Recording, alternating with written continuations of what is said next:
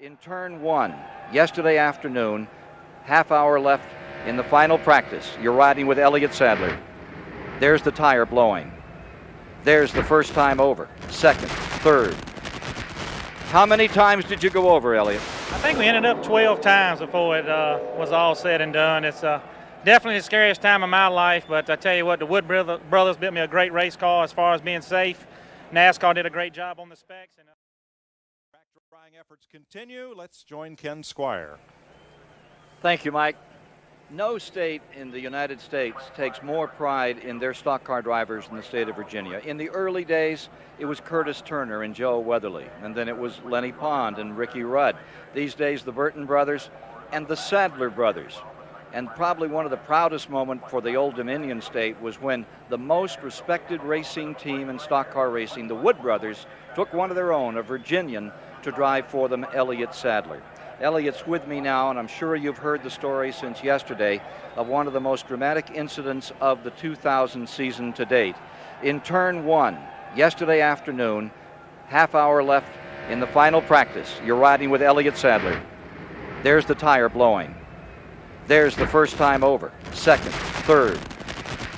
How many times did you go over, Elliott? I think we ended up 12 times before it was all said and done. It's definitely the scariest time of my life, but I tell you what, the Wood brothers built me a great race car as far as being safe. NASCAR did a great job on the specs, and I'm just happy to be here with you fine people today. Well, we're awfully glad to have you with us, and seeing you before the race began today out here signing autographs and smiling, and that was such a vicious, nasty sidewinder.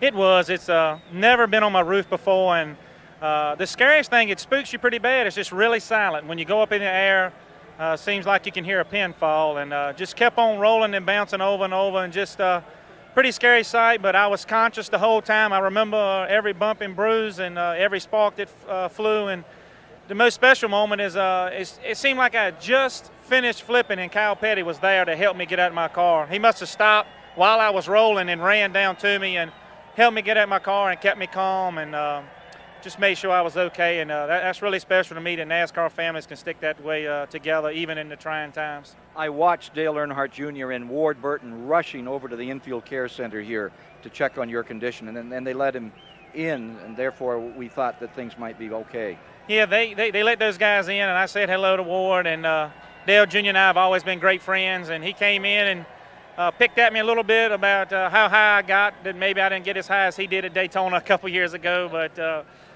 it's great to have great friends like that in racing, and I'm just glad that we're able to get a backup car here today and do the best we can for Sitco, and the car's been running good here at the end. I'll be glad to get back in this race car and run the last 50 laps. The spirit of America, Elliott Sadler, car number 21 for the Wood brothers. Now let's continue, move along with our coverage today, and go to Mike Joy. Thanks, Ken. You see the drying efforts on pit road, and that light color in the asphalt means that area is dry. Most of the pit